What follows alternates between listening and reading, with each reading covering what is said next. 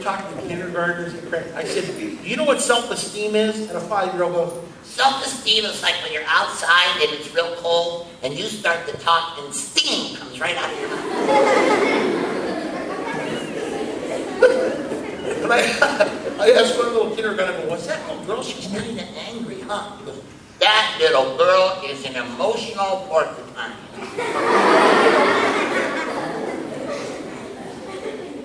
And even when I got mad at my kids, I love my kids so much. Even when I got mad at them, I love them so much they cracked me up because my little boy, he's studying to be a doctor now. He's been down with Doctors Without Borders in Nicaragua. And he makes me laugh because when he was a little guy, he had a flat voice and he would yell. You'll love being moms and dads. It's the greatest, coolest thing in the world. And I love being a dad. And my little son, he'd like wake up at night and he'd go like this, out of nowhere, late at night. Daddy! Daddy! I really want to drink a water! No! Don't wake Daddy up like that! Zach, you'll give me a heart attack! Oh, do not wake me up like Mommy and Daddy are sleeping! we're sleeping. Do not. Go to sleep. Fluff your pillow. No water. You'll have to go to the bathroom. Go to sleep. Don't wake your brothers and sisters.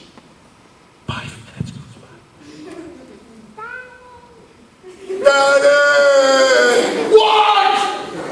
I do not want to come up there and spank you! And my wife goes, You have never spanked him one time.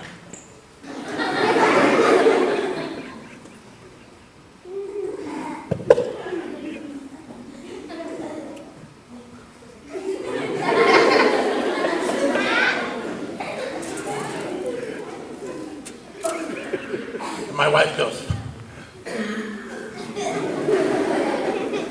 pretty soon, 5 minutes goes by. Daddy! What? When you come up to spank me, will you bring me a big glass of water?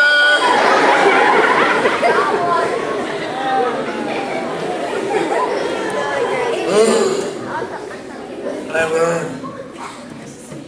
That's why I love them. But then kids teach your heart. Just look up here now. Why? You don't know it, but I've been out working with children all over for a lot of times, and I know this sometimes. Look at me. There's a kid in the school that sometimes gets hurt a lot at home. Sometimes he gets hurt, and he doesn't need, or she doesn't need any pain on the plate anymore from us. And there's a little kid that comes to school sometimes that doesn't always have enough food or nice clothes. And maybe we could be kind and not make fun of them. Not tease them. Look at me, please. A scale can measure the weight of a person, but not the worth of their spirit and their heart. And when you're making fun of kids, yeah, corny, isn't it? So corny. And when you see a cynical kid, you know they know the price of everything and the value of nothing. And when you see a kid who's a person who's teasing kids because of their weight or their size, they do it because they're really afraid and ashamed of themselves. And they get up with other kids and they'll start pulling on a group to hurt other people. And they don't realize they're destroying their own heart.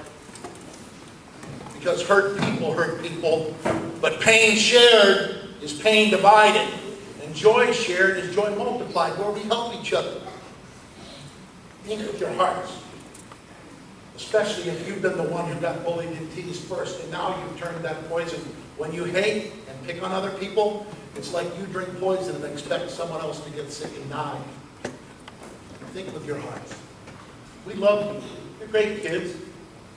I had a little girl, some people might have thought she was from a poor family, but she's from the wealthiest because mom and dad had taught them art. I said, how do you make friends with somebody who's different? She goes, Mr. Mike, I had a friend from first grade. She was like hungry in her eyes for somebody to be her friend. I go, what do you mean hungry in her eyes? She's deaf, she cannot hear, so she doesn't know, and I saw she's lonely for friends. She goes, so in the middle of first grade, I decided to take a course in sign language for 4 weeks, for an hour a day. And now that little girl and I are like best friends. My mom took off work to come up to help us.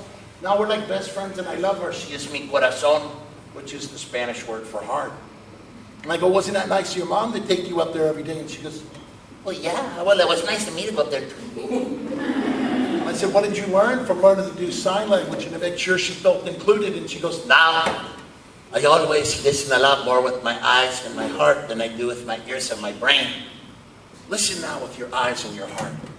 Listen with your eyes and your heart. You're great kids, but look at what culture does to them. Don't lie to me either. How many of you have played that video game Grand Theft Auto Vice City? You run over homeless people. You hit a woman in the head with a tire iron. You run over paramedics and firefighters and am I right? Yes. Hands down. Hands down. Look at me, please.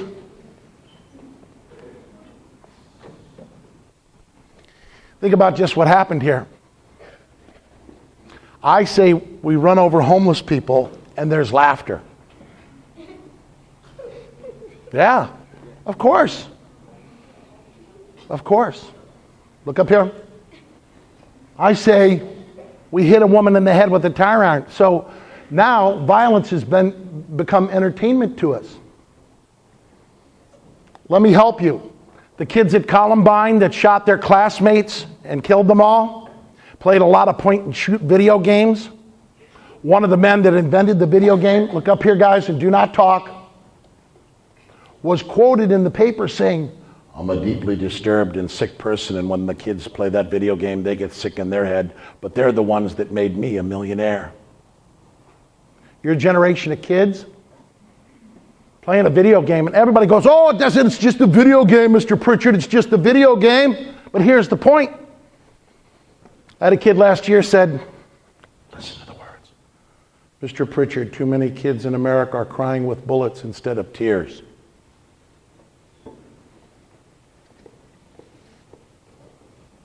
We love you. We want you safe and well. We love you. We want you safe. I is illness. We is wellness. We take care of each other's hearts. One of the guys that invented, you know how police officers train right now? You know what they get cops to say to get young people to put their guns down when they have guns? Game over! Game over! That's the same thing that comes up at the end of a video game.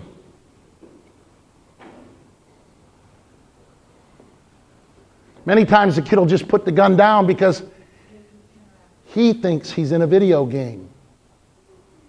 We love you.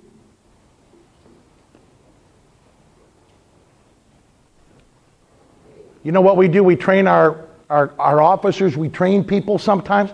You got to think with your hearts to be community, to be village at your school, to be looking out for each other.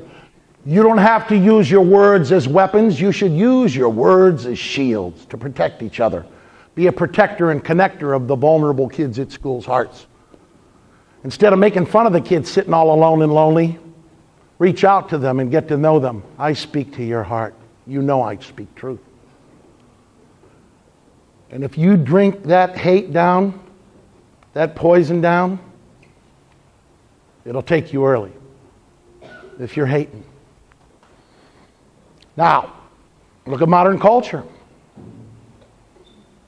I had 2 gang members. As I crossed America, there was 11 gang kids that had bullet entry wounds, and they were all amazed at how bad it hurts when you get shot. Duh. It's not a video game. This is not a cartoon show. This is your real actual life, guys. Protect yourselves. Protect your classmates. Stand up. Dr. King's line goes all the way through. It's not our enemies that hurt us the most. It's our best friends that don't stand. They stand by and I'll witness. Don't stand by to watch cruelty. Defend. Stand up against cruelty with your classmates and your friends. Bullies don't have any real friends. They have fearful followers, afraid they'll become the target of the bully. That's not friendship. That's fearship. Most of the kids that hang out with a bully are afraid because they don't want to be by themselves. They get bullied if they don't hang out with their friend. The best ship to sail on is friendship, real heartfelt friendship. That's why we learn. Now I'll show you something. How many of you watch modern culture? How many of you watch shows like Jerry Springer, Flavor of Love, New Jersey Shore, all these shows? All trash talk. How many of you, let me show you something, because I love you. You're good kids. How many of you hear trash talk all the time at school and afterwards? Put your hands up high. High. Put your hands up if you hear it. Come on. Yeah, you don't hear it. Okay. Look around the room, please. Put your hands back up and look around the room.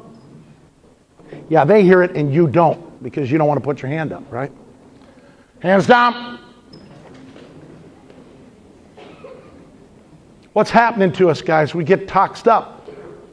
Let me show you something. I love you, and I'll make my point. If there was going to be a fight somewhere after school with two girls, how many of you probably can't help yourself? You're going to go over and probably go watch that fight. Raise your hands.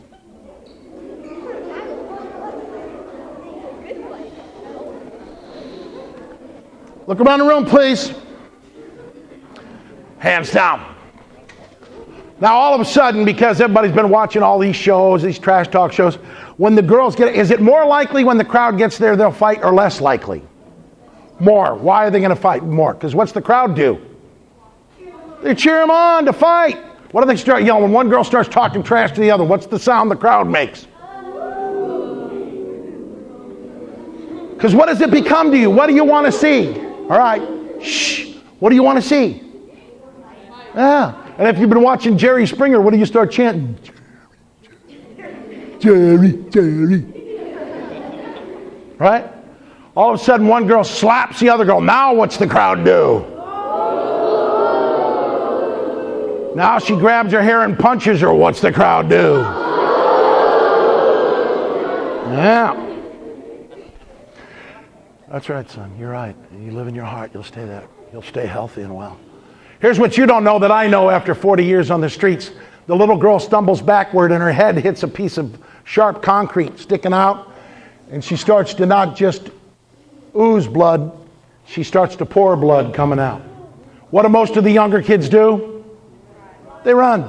What do the older kids do? How long does it take, with all the economy cut downs, how long does it take the paramedics to find a hyperventilating kid screaming into a phone and doesn't really know the location? How long is it going to take the paramedics to get there? 20 minutes. 20 minutes. What's happening to her? A minute ago, we're sitting in this room laughing, getting them to fight, not breaking it up.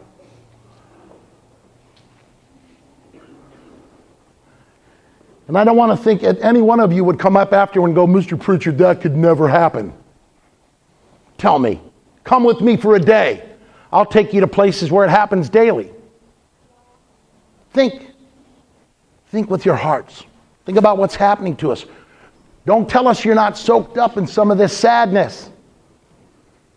Be protectors and connectors. Be defenders. Help each other. Don't laugh at a fight. Break the fight up. Don't stand like you're being entertained, because someday it could be your sister or your brother or your cousin or your aunt. We have to be connected to community. We're all responsible to take care of each other's hearts. And when you hear that hate coming your way from others, build a spiritual firewall against that hate. Kindness and compassion. I had an All-American basketball player, and he goes, you know what, Mr. Pritchard, from the time I was in third grade, these kids sent me home crying every day. And it wasn't because my mom and dad lived in a trailer park and I didn't have the perfect clothes to their little preppy yuppie school. Those kids sent me home crying every day, man. They want their picture taken and an autograph because I'm going to be in the NBA.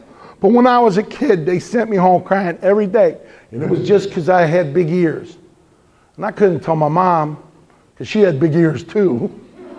I couldn't tell my dad, because he got married to my mom and had a bunch of kids that looked like open car doors.